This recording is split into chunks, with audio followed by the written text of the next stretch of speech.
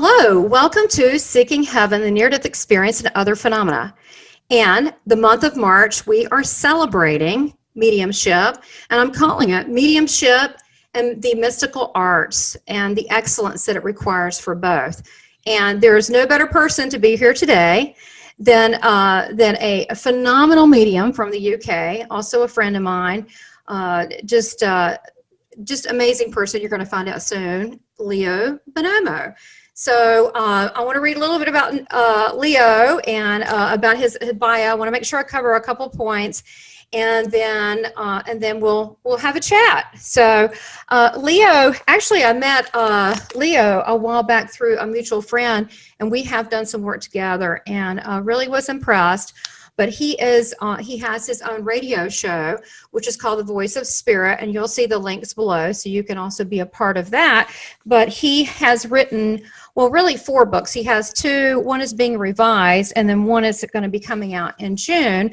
And his book, Summerland, which I've been reading, is really fantastic. It really should be a required reading if you want to know what happens when you pass over. And it's funny because I was just really blessed to read the book, because I'm like, wow, here is the same information I'm told. So when you're working with God in the higher level and spirit, it should be the same information. So Summerland, and that is also by Leo Bonomo, as well as Book of Thoughts. And these are, and I'm going to have him tell you about some of this, so I'm just going to wait. And then also he has a book being revised, and it's Training for Mediumship, as well as The Voice of Spirit, that's coming out in June. He has trained, which was so neat, I connected with him immediately, 8 years. And well, I trained 8 years, and I mean, he's obviously British, so he trained in the British style, but I trained that the same way in evidential mediumship in the British style. And he was involved 8 years with training with the Spiritual Association of Great Britain.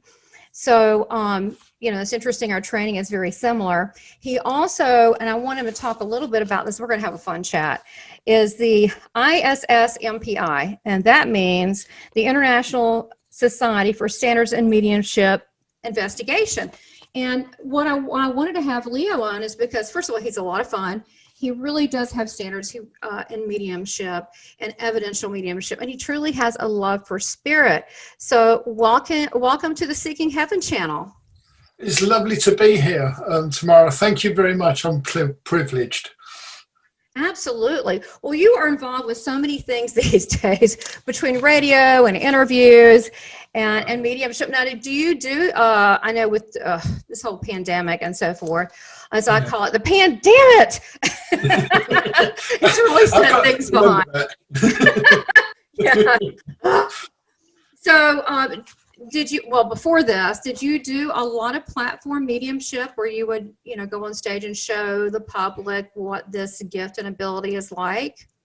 I did, and I started, I think, about the late 80s and doing churches, and I found that grew exponentially. And so I had quite a wide territory, going from Essex to Wales, and from Kent to up towards Bedford and that. So for us, a huge area. And that was going very successfully. I was demonstrating every week. Wow. Yeah. Well, you know what? You doing this work, and especially when you have crowds of people, to be a trained medium, you're able to work with different spirit people and, and communicate. You stand here, let me talk to this one. But also dealing with the energy of the people in the room, because sometimes they shouldn't, but they'll shout things out and you can't be kind of pulled off your game. But I will say, working with that amazing energy of spirit people and all your guides and your team God and all the our support we get, it's very euphoric, isn't it? It is. Sometimes people say, mediums say, I've done this or I've done a workshop and I feel exhausted. I think if you work the right way with spirit, you're energized. There's a residue. And so I can do a whole weekend workshop and I'm buzzing at the end of it. It is literally the life force that comes through, and that's how it should be. Yes, absolutely. Well, I want to talk about before we get to, I know we're going to, at the end, we're going to have links. It's Leo, what is it? Leo dash Bonomo. Yes, .com. Yeah. bonomo.com. Yep. And so that way you can also in the book, your books that you have, and they can immediately, download Summerland, which is really a lot of fun. Tell us, well, I don't know if I want to get on channel. I know these books are channeled, and maybe Yep. we'll leave it there. We'll get into channeling a little bit later. Yep. Now, I do know a little bit about, your story growing up, that you were very, young like me, but I wanted to people to get an idea how you engaged and have had in the past and now a relationship with spirit. How did they start entering your life, and how did you feel about it, and how did you integrate it into being basically part of your world? Well, it actually started off when I was very, very young. I do remember not being very happy at being back here, and a kind of a bit of a shock that here I am again. And that feeling stayed with me for a while. But what really brought it back, I was age 2, and we were coming back from the family members. We just spent an evening there, and it was still quite light, just starting to get dark. And we were walking past the cemetery, and I was holding hands with my mum and dad, and I felt this energy. And so I looked behind me, and I saw like a mist over the pavement. So the graveyard must have been extended at some point. Mm-hmm. And then somebody came through the pavement horizontally and then stood up. And I didn't think that was weird at all.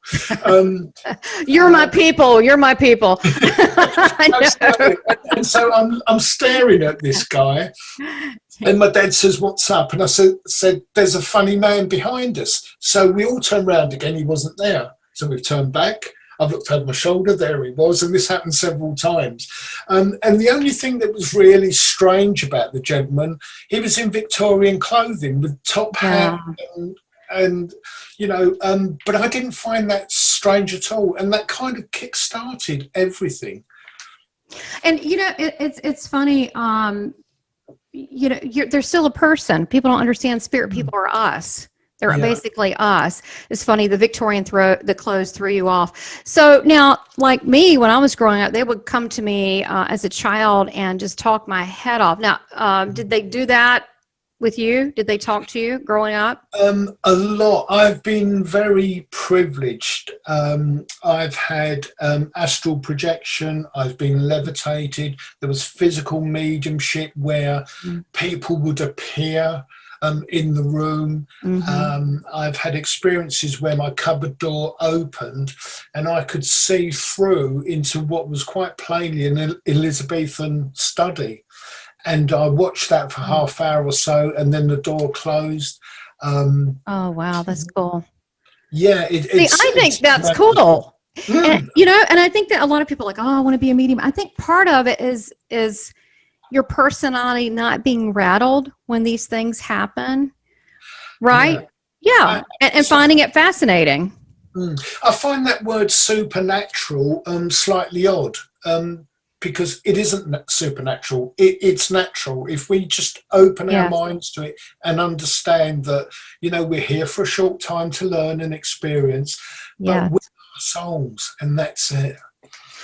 Well, that would make us supernatural, because the greatest journey you can have is the journey of you, because our abilities are limitless. And so I think that if people have fear, it might be from themselves, because we can go to areas we can't even imagine.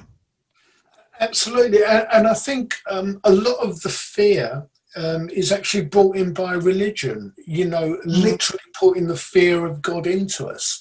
And that is something that we need to understand. It isn't that way, whatever religion you follow. Well, and we were talking pre-show, which we just had too much fun, but on the we were talking about religion versus spirituality and how it's quite different. And I love, your book, and we've talked, and we've also done medium readings together. And if you want to see Leo and I do, it's just a short little thing. You can see we do have, what was it, the 4 mediums with the candles. You can see that. And we're going to be doing, we don't know the dates or anything yet, but at some point we'll do some medium demonstrations because I think we blend well, but you can check that out. I want to talk about how you owned your mediumship, how you came into that, and about the, a lot of mediums have to get past maybe their family or their own thoughts of religion to kind of get past that. People I don't think understand that. Sometimes it's something we have to get past, that barrier or that dogma, even ourselves or the people around us. Can you talk about religion, spirituality, and how you own your mediumship? Well, fortunately, in having such a young initiation from the age of 2 and talking with spirit, I was actually brought up Roman Catholic. But the thing is, the priests would be speaking about something, and I would know from spirit that what they were giving to me was not correct. Wasn't right. It just wasn't right. So it didn't kind of gel. And the more I looked into it, priests sometimes they do that thing where they put their palms up on the altar. Yeah. And really, they're trying to, through the palm chakras, they're trying to gain energy. Yeah. So it's a different meaning to what they ascribe. And there are mediumistic and psychic priests as well, but they tend to put the experience down to a religious thing rather than a spiritual thing. The thing with religions, if we talk about Christ, and I'm a great believer in Christ, Christ was a brilliant medium and healer, and what he taught was much closer to what the Cathars believe, and what was taught by Christ was much closer to spirit and spiritualism as we would know it. It was about that connection with spirit, and you've got several examples, not just the healing. I want to chime in there on that because I know some people are like might be mortified hearing this. A lot of people have confusion. I'm going to be so bold to say that mediums, they assume that we're anti, I don't know, whatever, maybe Jesus or God, and that's really kind of silly. The way I look at it, I look at the Jesus in the Bible and the miracles. He was doing all these miracles that are similar to us, and he was talking to Moses and several people thousands of years after they had gone in that mediumship. And after all, we are spirit. There's a part that I came across the Bible, and I wish I could think about it. And I was like, oh my gosh, I was so excited when I saw it.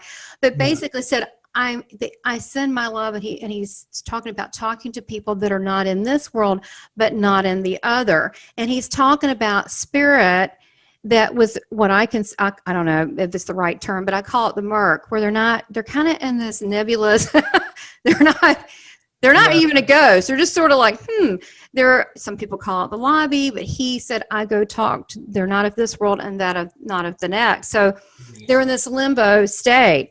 And if you really look through that, but I think that we've been conditioned to believe a particular way versus following what God has for us in our heart. And that's why I always encourage everybody to, it's up to you to find your own path and your own way. And I'm not against religion. If it helps people, that's terrific. But I love what Howard Storm said. He's an NDer, and he said, he asked Jesus in his ND, he said, what's the best religion? He said, whatever one brings you closer to God. So I like that. I like that. But really, it's about you have all the tools right here. If you listen, you don't have to be a medium, right? We're all getting information. Yeah, absolutely. And, this is going to sound a very strange thing to say, but we can all communicate with spirit. in an ideal world, we wouldn't need mediums because True. everybody would be connected. And I've said that several times, you know, and someone said to me, hold on, you're putting yourself out of a job. I think actually that would be wonderful if we all connect. What changes in the world? Can we just imagine if everyone was spiritual? It'd be fantastic. Well, and I want to add on to that. I feel pretty strongly about this. What mediums do is not a pony show, a magic trick. Yeah. And many times, especially people like us that are born this way, that have confusions like, okay, why am I this way? Other people aren't. At some point, you figure that out. It's not easy being this way. But I think what you're saying, if people just like, yes, we are spirit, we are all originate from God, the source, the divine. And if we just had that know that we are a part of everything, and the people that we love are still very close, then they would, I think, be more apt to get messages. I don't think they'd have to even turn into a medium. I think we'd be so spiritually heightened that we would be so connected to source. Is that kind of what you're thinking? Yeah, I very much agree with that. Yeah, and in a sense, it's just a small step to be open. You know, people often wonder what the purpose of mediums and mediumship is, and Yes. that connection with spirit. And it's very simple. It's to take away that fear of passing. It's to understand that we do live forever, and that's not connected to any religion at all. This is a momentary experience, and there should be no fear. And it's that simple. I agree. And sometimes I feel like that I'm in this strange play, like right now. No, not that you're strange. I'm way stranger than you, I'm sure. I have my moments. But I feel like we're in this play, and the real place is on the other side. But I think that I think everybody gets moments or touches from spirit, and it may be subtle, but because we are an eternal spiritual being, and this is what our vessel we have right now, that's why I don't see it as odd talking to spirit, because we are spirit. And it would be like, what about if your grandmother, who would say she was adorable, and she was a wonderful person in life, she loved to nurture and feed people, wonderful lady, and then she passes. Why would she be any different? She'd be a lovely person. Why wouldn't I want to talk to her? Absolutely. I mean, one of the wonderful things is, so if we take someone that has a disability, maybe a limb missing, the second we pass, we're complete. No limbs missing, but essentially we're exactly the same. We are the same person, but just in spirit form. I'm a great fan of Hendrix, and Jimi Hendrix said, we're here for the blink of an eye. That's true. And if you think about eternity, which is mind-boggling, but we're probably here, if we add all our lives up, we're here for a fraction of a second. So our natural home is spirit. We're here for a tiny fraction of eternity. Amen. I totally agree. And I think I think, I'm sitting here thinking, what is the role of medium? It's, to me, a lot of people may think, it's to let our loved ones know they're okay. Well, sure, of course. They'll give you, and being an evidential medium, and I do want to get into that, but being an evidential medium is kind of, it's sort of the goal. It's just the goal that you want to get some kind of evidence to work with spirit in a way that they can show the living person, because we're in this physical world. We need to have some kind of proof that nobody else would know, but maybe just those two or what have you. But it's also more than that. The mediumship, I think it's, like you said, to let everyone know that we don't die, that life goes on, and we are spirit. And it's quite a shame that we have all these, I don't know, I guess they've got them in the UK too, but all these really dark, scary reality shows, and it's supposed to get ratings, because that's not my reality with spirit. They're very loving and very supportive, and they're like regular people. Absolutely. as a species, we're quite strange. We love to be frightened, which is why horror films are so popular. We Yeah, I want like, that, yeah, we know werewolves. I'm a big werewolf fan. I think they're like so scary. Yeah. yeah, so we've got that kind of thing. So the problem then becomes that to get any ratings, to do well, the show's got to be on the dark side. Yeah. And, there is a kind of place for that. But when you're talking about reality, and of course there is a darker place over there, as we'll probably Yeah. talk about later, but it's Mhm. about love and light. And it's just like, that's not going to sell. So we have this plethora of all the horror stuff. And I agree, it doesn't do the image any good. Yeah, absolutely. One of my favorite movies, a horror movie. I used to watch horror movies. I'm going to go ahead and say you're Catholic, so I'm going to confess to you. I used to watch horror movies like crazy growing up, and I think it's because it helped me deal with seeing spirit people all the time. I would like physically see them, and in the beginning they were cool when I knew them, but then when I didn't know them, and then I got different kinds, good ones, bad ones. That I think it helped me. It made me more brave. But one of the better movies I've seen was I don't know if it was somewhere in the UK produced. It's called Dog Soldiers. It's very good if you ever have a chance to I've see that. seen that, yeah. Yeah, it's very good. It's a good story. But going back to the mediumship, so did you tell people? I'm just curious. I know we talked about this some in that show. I don't want to cover, when we were the 4 mediums. But as you developed and went into your teens and so forth, did you tell people that you? I kept it very, very quiet for a Me too. long time. When did you kind of start coming out? Or you probably were anyway, but just didn't know it. It really started, I suppose, about 2010, and I started to work professionally at 2005. There's a strange thing where if you say to people, doctors, I hear voices, they want to reach for the straitjacket. Yes, it's very real. They don't get it. But things have changed so much now. I know of doctors that are also mediums and people that work in surgeries that do Reiki and that kind of thing. Right. So it's very different now. So it took me a long time to come out in that sense, yeah. Well, I guess it wasn't exactly safe, but I think that, it feels so freeing to be able to talk about it and be my true self. It's funny, I was talking to a friend of mine way back from college. I said, was I like that back then? Because I didn't tell anyone. She goes, yeah, I knew it.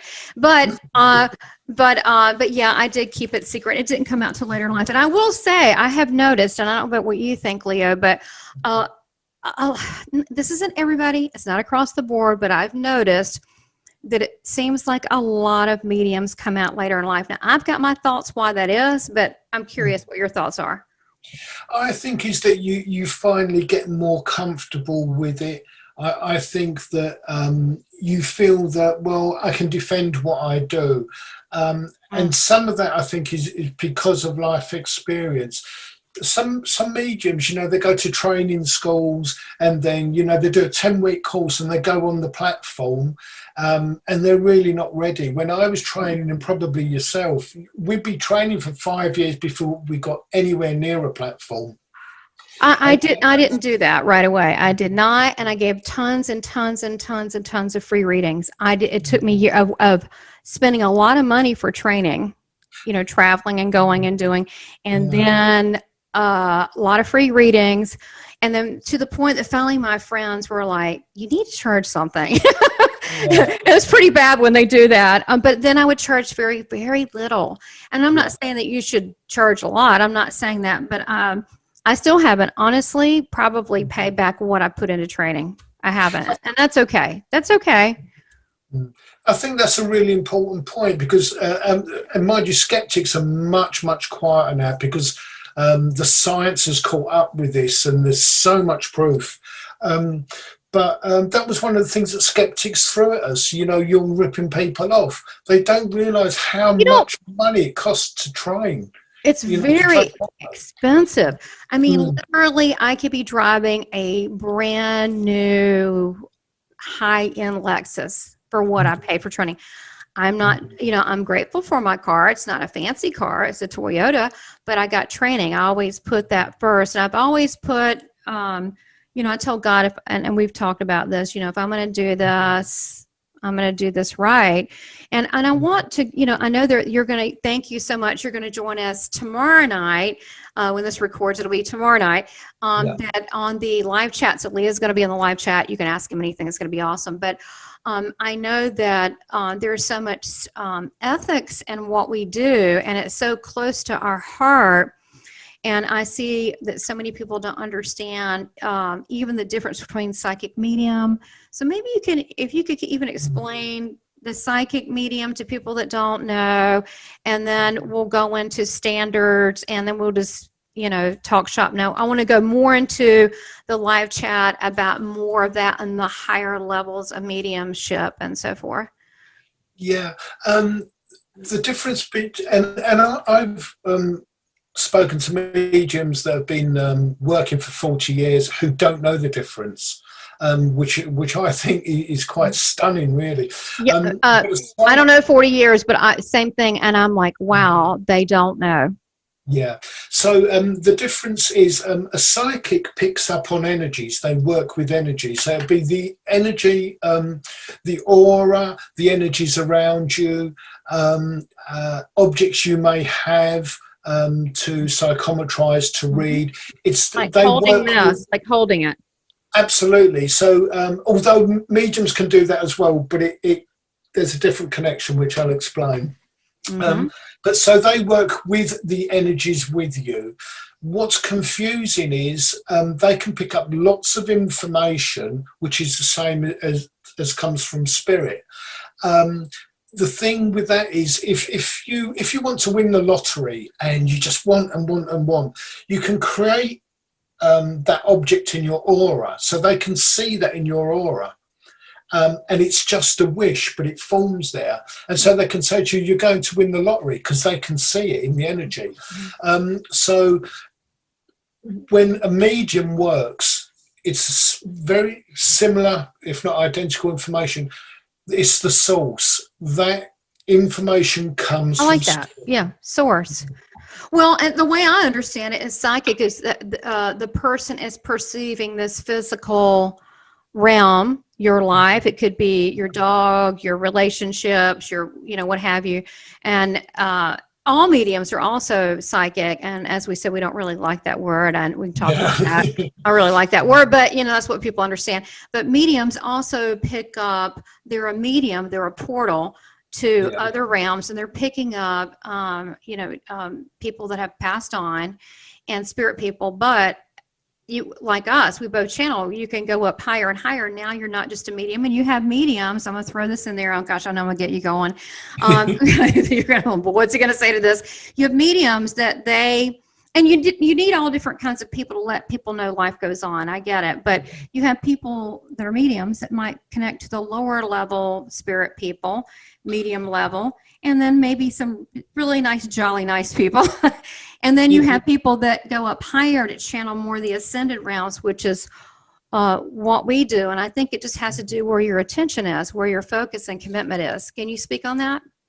Yeah, essentially there's a spiritual law which is immutable, and that says like attracts like. And so the kind of person you are, you tend to attract that kind of experience and those kinds of people. So it's very dependent on that. People, as mediums, we have varieties of gifts, so they may go in particular directions, but also to have hopefully what is something more pure within ourselves, that allows us to reach up. And that's not said from a point of ego, it's just the reason that we're here. Because, mediums are people as well, and some people are not very nice. Right. No, I think you said that. I mean, it doesn't matter. Like doctors, some doctors, they could be very talented. They could be a little talented.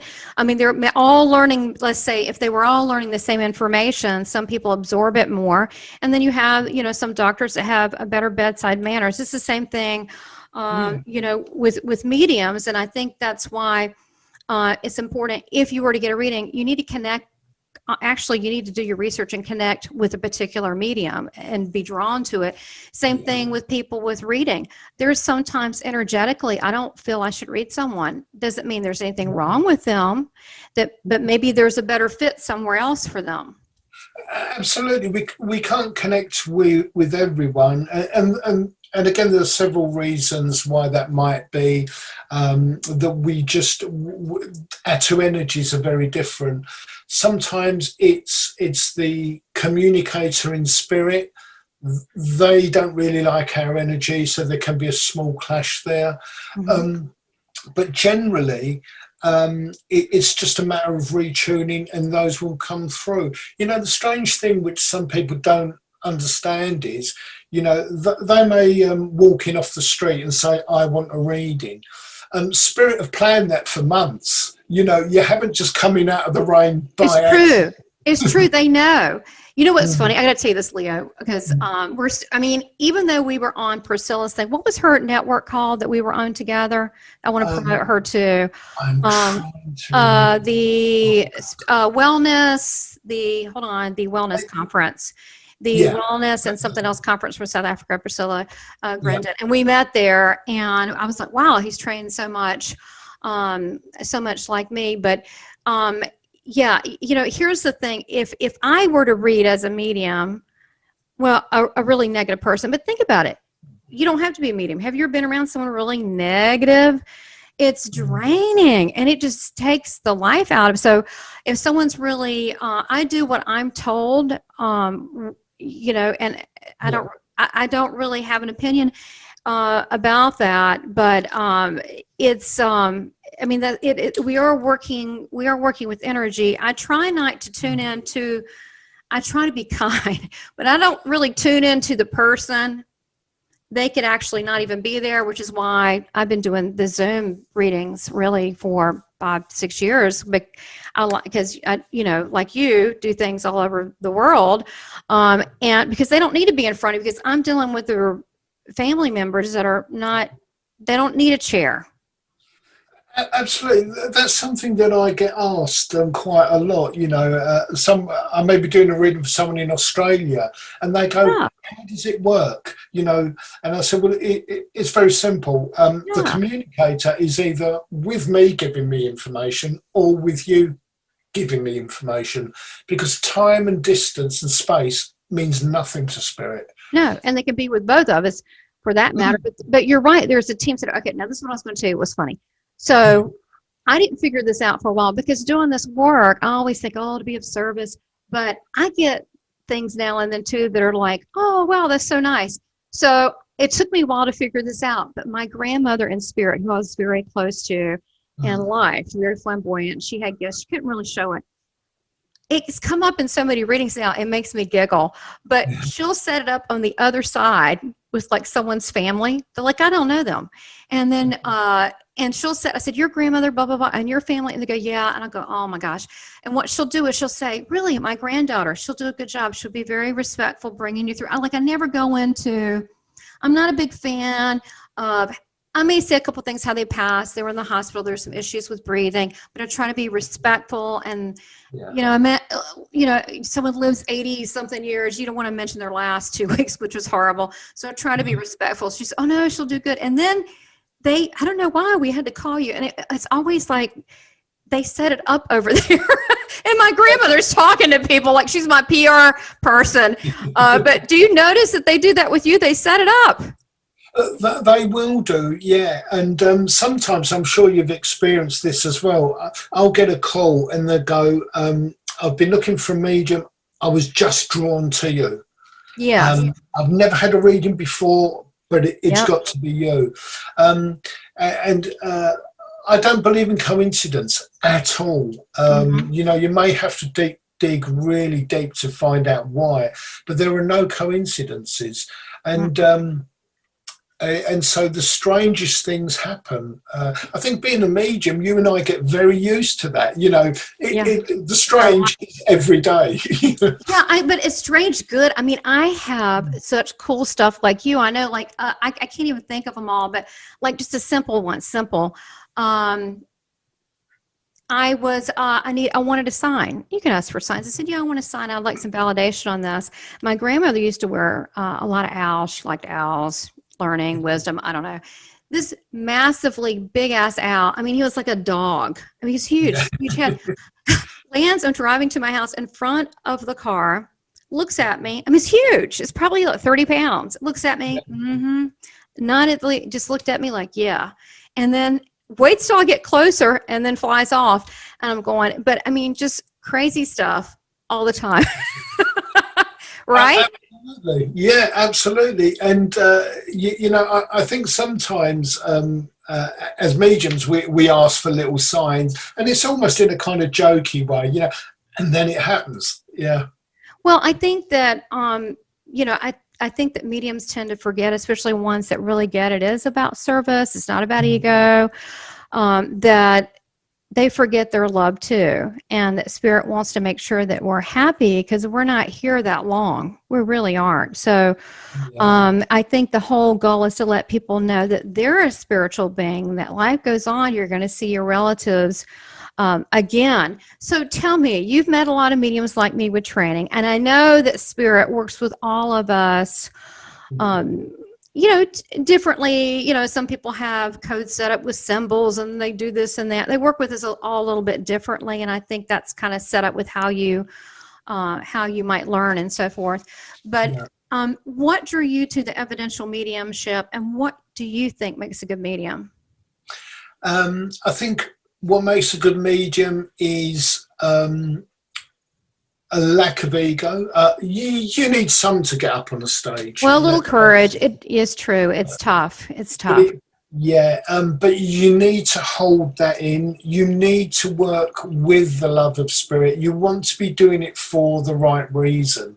Of course, we need to live, but it's not about making lots of money. And if you look at the top echelon that are lucky enough, yes, they will make money, but for most mediums, we don't make a lot of money. Okay, so let's stick on that for a minute. There was and that was brave of you to say that. There was someone that said that actually likes me. I know them. They weren't being mean or ugly. They said, well, mediums make so much money. I'm like, where are they getting this? First of all, you don't work every hour of the day. You don't. And I don't always read everybody if I don't feel that it's meant to be, if I have to get the okay. And for you to work full time, I want to, to do this, and that. I want to you're driving, you're selling the ship. I want spirit to sell the ship. And we're doing a lot more than just readings. We're writing books. We're doing other things, and including charity work too, a lot of charity work. So absolutely. Yeah. And then there was another lady, who's a friend of mine. She makes pretty good at the bank, at the financial institution. She goes, well, I've been, doing circle groups where you learn mediumship. And I've been thinking, maybe when can I quit? And I was like, you might not want to quit your full-time job at the bank, because people think you're going to make, they're probably, I shouldn't say this. If you make anything, you're good. But I would say the upper echelon, I've been told, I won't say the names, but they're very, very well-known male in the USA. Very well-known. Okay? Had TV shows, very well-known. They don't even make $150,000. Absolutely. And again, if you get the break, I think people get the breaks with spirit because spirit know they're in a position to influence in a very nice way lots of people. And again, that's what spirit's about. Get the message out there. We don't die. We have a wonderful life ahead of us in spirit. And to take away that fear. And I think if you're lucky enough to get in a position to do that, it doesn't necessarily mean you're going to earn lots. You don't. Right. And I think that it's just coming from a different place who you follow and who you always kid. And I was telling you, and you've done a lot of broadcast radio and TV and so forth. But I've had, things offered to me, and they were arrogant. These TV people are arrogant. Yeah. And I'm going, my boss is bigger than your boss. Oh my God. Yeah. And so the ethics of this, I guess what we're talking about is so important. And I'm not saying someone shouldn't make money. That's not what I'm saying. I'm just saying going into it, to not expect that, because it's more about being of service. And I don't think people fully understand that. So what makes a good medium? So keep on with that. Okay, so a good medium is one that's always willing to learn. I learn something every day. And mostly what I learn is I don't really know anything, because the more you know, then you realize, what do I know? Exactly. You're at the bottom end of an upturned pyramid, and all of a sudden it's like, oh my God, there's so much. So I think that's good. I think being true to your craft in wanting the purest messages, the best evidence. And, again, Right. there's a kind of myth, isn't there, that to get good evidence, you need, although we're speaking pages of stuff, you don't. Sometimes the smallest word just brings that evidence. Yeah, that's a good point. And I think I'm done with that lesson. I don't know, but that was a hard lesson for me. I heard a British medium once say, you American mediums. And what the criticism was, you might get a laugh out of this. The criticism is that we're always giving a description of who the spirit person is coming through. Well, so-and-so, they had a red car. Oh, they had a job as a policeman. They had 3 kids, and they go on. I'm like, for crying out loud, give the message. But I think what I realize is that as long as they know, and that heart connection is made, that is that person, that you go in for that loving, healing message, and it can be super, super simple. I remember one time, and I don't think it's even ego. For me, it was just, I don't know. I didn't know better. I didn't know how much you had to give for someone to realize that it's them. But don't you think it's just the identification part in the beginning should be pretty quickly? It's really about the message, don't you think? It is about the message, and I work in a particular way. So I like to give some information and then confirmation, and information confirmation, and so the information sometimes isn't always understood, and that's human nature, because we can't know our family. There are just too many of them. So if someone comes along and says, right, I've got George here, he's a second cousin on your mum's side, you may not know. But what I tend to say is, right, I'm asking for a confirmation, and you dropped a plate of meat yesterday. And they go, yes. And they go, right, well, that's a confirmation that George does exist. If you want to look for him, you'll find him. Okay, I get it. I do that too. So one of the things that people like, I don't know that was before I was born. I don't know. Then I started, probably by accident, said, tell me something that you're around them, because you are, what they did. And they'll, like you say, what they ate, or you fixed spaghetti the other night and you threw a meatball at your son, and they'll go, oh my God. Yeah. To let them know that they're around you. And one of the coolest one was a grandfather. And he goes, you sit down to eat, you eat alone. And yeah. And he goes, but your fork is always missing. And they go, yeah. He goes, he thinks that's the funniest thing. Absolutely. I'll tell you a true story. It's very short. When I was training at the SAGB, there were 2 mediums there that were well known. And I happened to be in the mediums room that time. And one had been trying to get a message from the other, and the other kept thinking, there isn't anything there. What I'm getting isn't making sense. And so she said to her, just give it. And she said, all I'm seeing is the top of an egg. And she said, that's all I ever wanted to hear. My husband used to say to me, I love you so much, you can have the top of my egg anytime. Oh, that was it. You don't perfect. dialogue. Perfect. Yeah. That's beautiful. And but then we're getting back to buzzwords. Some people want buzzwords. I say don't expect it. But I've gotten buzzwords. I've gotten Pinky Pig that came through a lady, which the dad, and he called her Pinky Pig. Yeah. But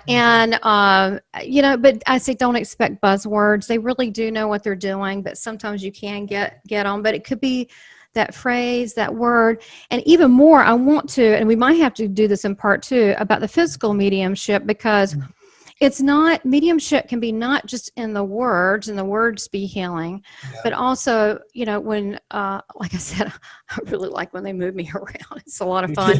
I do. I am not normal.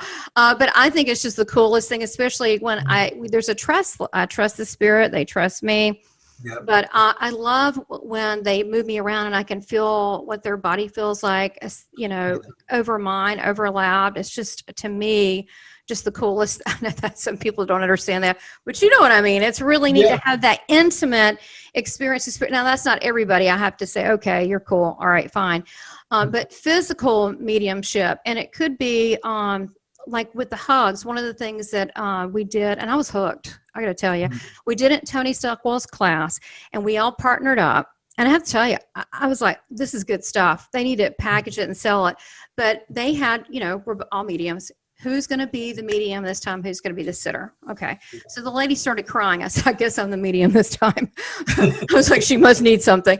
So what we were doing is we were having the spirit person. They said, just talk a couple things about them. Oh, I think it was her mom, and about her, this and that. And then I draw them close. And then she was layered on top of me. I could feel her hips were bigger, and I could feel her presence. And then she put her hands on top of mine, and she could feel her presence. So when it came to my turn, she said, we're going to do something different. We're all doing this in the room.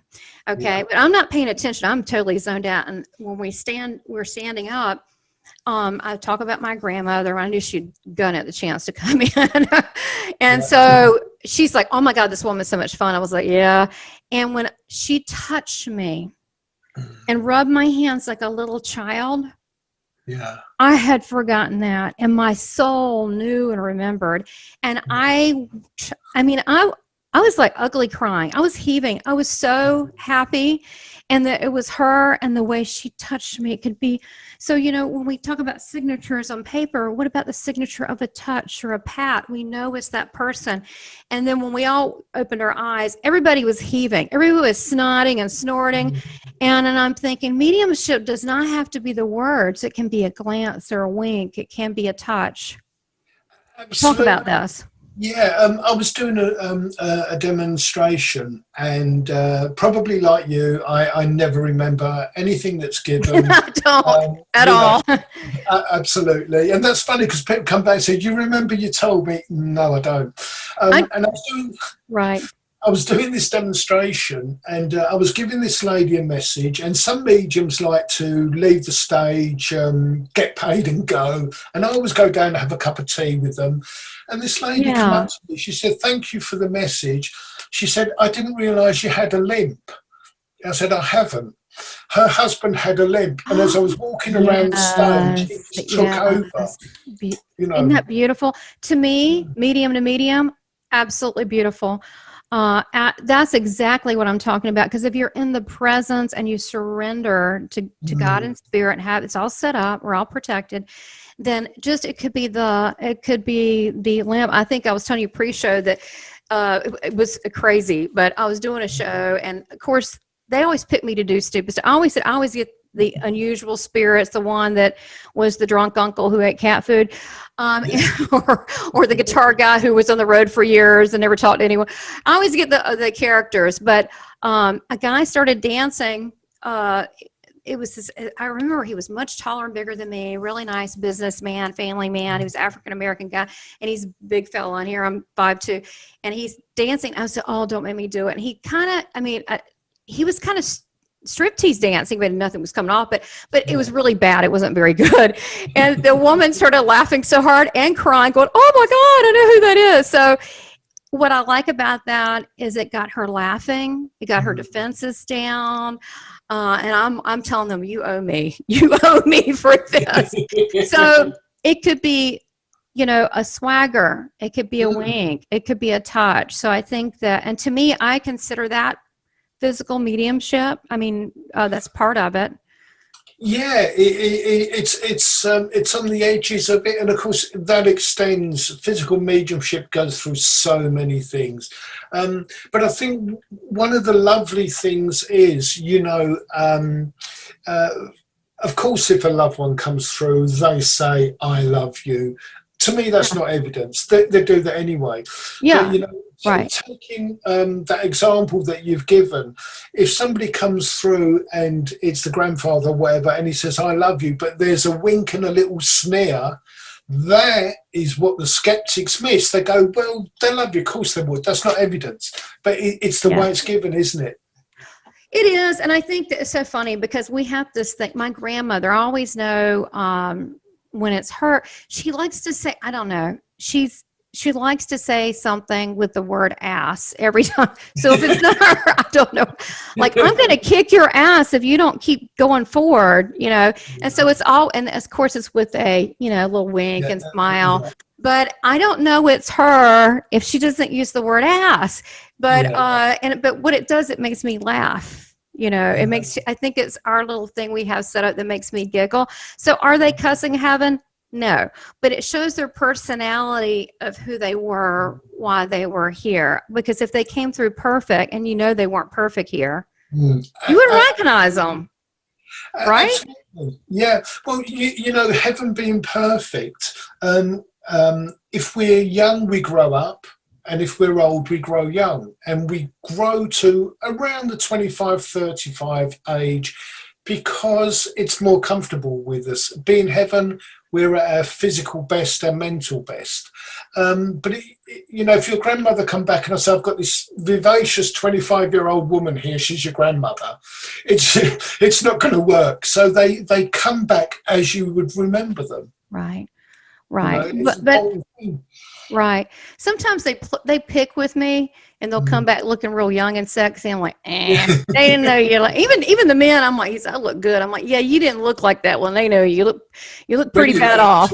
And they'll laugh. I'm like, well, I look fine now. I'm like, okay, fair enough. But so yeah, it is to me, it is so rewarding doing this work. But as far as it doesn't always go with monetary, and even people, you know, you look at bands like Queen when they came to the States. I think it was 5 years after they had big albums out and they were in the US, they finally could afford a house and they were huge. They were like a household name. So it doesn't really go together with this. I think it's more about being of service and ethics. Now, I do want to get into part two because our time is about out. I do want to get into part two about the higher levels of channeling versus trance. And I also know physical mediumship could be smells, things moving in the room and all this. I know I want to cover that.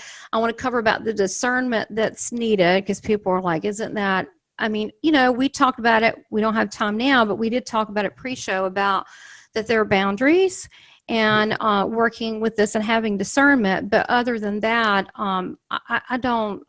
I have such a love for God and Spirit. I don't worry about that. But I want to talk about the higher levels of mediumship and the standards, and really still having evidential mediumship is still the standards that we can set it by. Don't you agree? It's all, everybody's different that does it. But isn't it cool that I'm from the U.S. and you're from the UK, but yet when we read together, I could tell you were trained. Yeah, bless you. Thank you. Well, I mean, but we were trained similar, and I think that's beautiful to have a standard, even though they communicate and come through you differently than me, but we still have a standard and an expectation. Like we really, like to the point, I don't know, when you're in evidential meeting, you really want to make sure, okay, that person knows without a doubt it's XYZ. And here's their loving. Don't you think so? Like really, like it just, wow, they're here for me. Absolutely. And, you know, standards have declined. Really, you know, we can go back the last 20 years and people say, well, yeah, they do in that, but they shouldn't. And I think part of the problem is that mediumship has become big business. And so, you know, some organizations, it's just bums on seats. It's what we can do. And it takes time to, you know, you need a certain amount of life experience, but it takes time to train. It isn't something that comes in 5 minutes. Right. And I think a lot of people don't understand that. And some people say, oh, they're mediums and they're really psychics. They're really just given a fortune telling thing. And and then they don't know the differences, and there are people say they're mediums and they're basically reading the, some of the person's mind, or they can't understand various spirits. Here's the thing with any kind of training you do in life, doesn't matter what it is. Yeah. Could be you're going to medical school. You want to put yourself there. If you are not meant to be a doctor and but you really want to, and you go to medical school and you can't cut it, you need to find out now before you have a practice and you suck. So to me, I said, okay, Spirit, let's see how it goes. And I thought, well, I was willing to not be one of the best. I was willing to, you know what I'm saying? I was willing to whatever happens, happens. Let's see where this goes. And because standards are important. And if I can't cut it, I said, I need to go home. So, because when people, when they do go to a medium, and especially if they pay something, they get upset when you're not 85 to 90% accurate. Absolutely. And you have to be, I think as a minimum, you need 80% accuracy, and that means that it's either recognized straight away as being correct, or you check back later and you find it's correct. You need that. I think one of the problems, there's so many films out there, the Vampire Diaries and series and all kinds of things, and I think one of the problems is what Andy Warhol said, everyone's going to get 15 minutes of fame. And at the moment, because mediumship has exploded, the supernatural has exploded, and so everybody feels, fashionable, I'll be a medium, I'll go on a 2-week course, and that doesn't help at all. So we've kind of tripped over we've tripped over the explosion that's been there. And the wrong people are being attracted to it, and that doesn't help at all. Well, it dilutes the message of real mediums. And there are people that are born with this gift. They don't see the world the same as others. They don't have a filter. I mean, really, all true mediums are portals. Now, I always say my portal goes to 111. My portal don't go to 666. I stay away from that. But you do. But it's your vibrational level and your intention and being positive and what you manifest that you attract that team and those spirits. But to me, it's such an honor to bring through people's relatives. That's why I always try to say that even if they weren't great in life, I'm like, look, they're admitting they weren't great in life, but just hear them out. You don't have to forgive them, right? Just hear them out and let them have their say so they can go on their business and you can go on. But it is such a massive honor. I mean, I don't want to cry, but it's just such a massive honor that in such an intimate way to be able to offer healings to people and let them know things and these beautiful messages from their family. I mean, it's just that they trust us that much. I mean, the honor of it means more to me than anything else that would come with it. Absolutely. It is a life of service, and it is absolute service, because it's not just this life we have. It's the service in spirit that we gave before we came here, and it'll be what we do when we're there. It isn't a job. It's very much a service, very much. You know what's so cute? And I'll wrap up by saying this, and I want to give them your website and everything. But one time I said, I know I'm so strange. I don't have a real job. And Spirit responded immediately. And they said, yes, you do. And I had to laugh. I said, please forgive me. Yeah. But in this world, the values are not the same as they are in the spirit world, which is one of love and relationships. So I want to tell people about your radio show, kcrradio.com, where they can listen to past episodes, and that's kcrradio.com. And then KCOR. KCR. OR. Thank you. So so let's correct that. So that's kcorradio.com. And then also you can go to leo-bonomo.com and you'll have the information below so you know how to spell his name correctly. And then visit us tomorrow night and get your questions ready that you have about mediums or dealing with energies or spirits or channeling or what's the difference between trance channeling and channeling.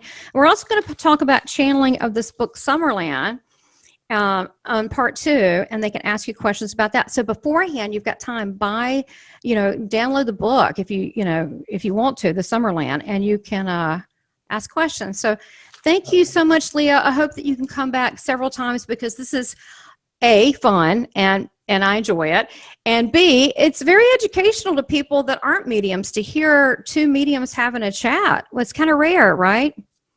It is, and it's my real privilege, and it's what we live for, isn't it? We talk to each other, and other people are listening. But again, it's that service, it's a vocation, it's a privilege for me. Bless you. Oh, bless you so much. God bless you and all you do. I see your light shining bright, and I'll help you any way that I can. And I just thank Spirit for putting us together, and Priscilla, who I also adore, who's a phenomenal medium and psychic. Yes. So thank you so much, and we will see you on the live chat, and I'll get you that information too. So thank you so much, Leo. God bless you.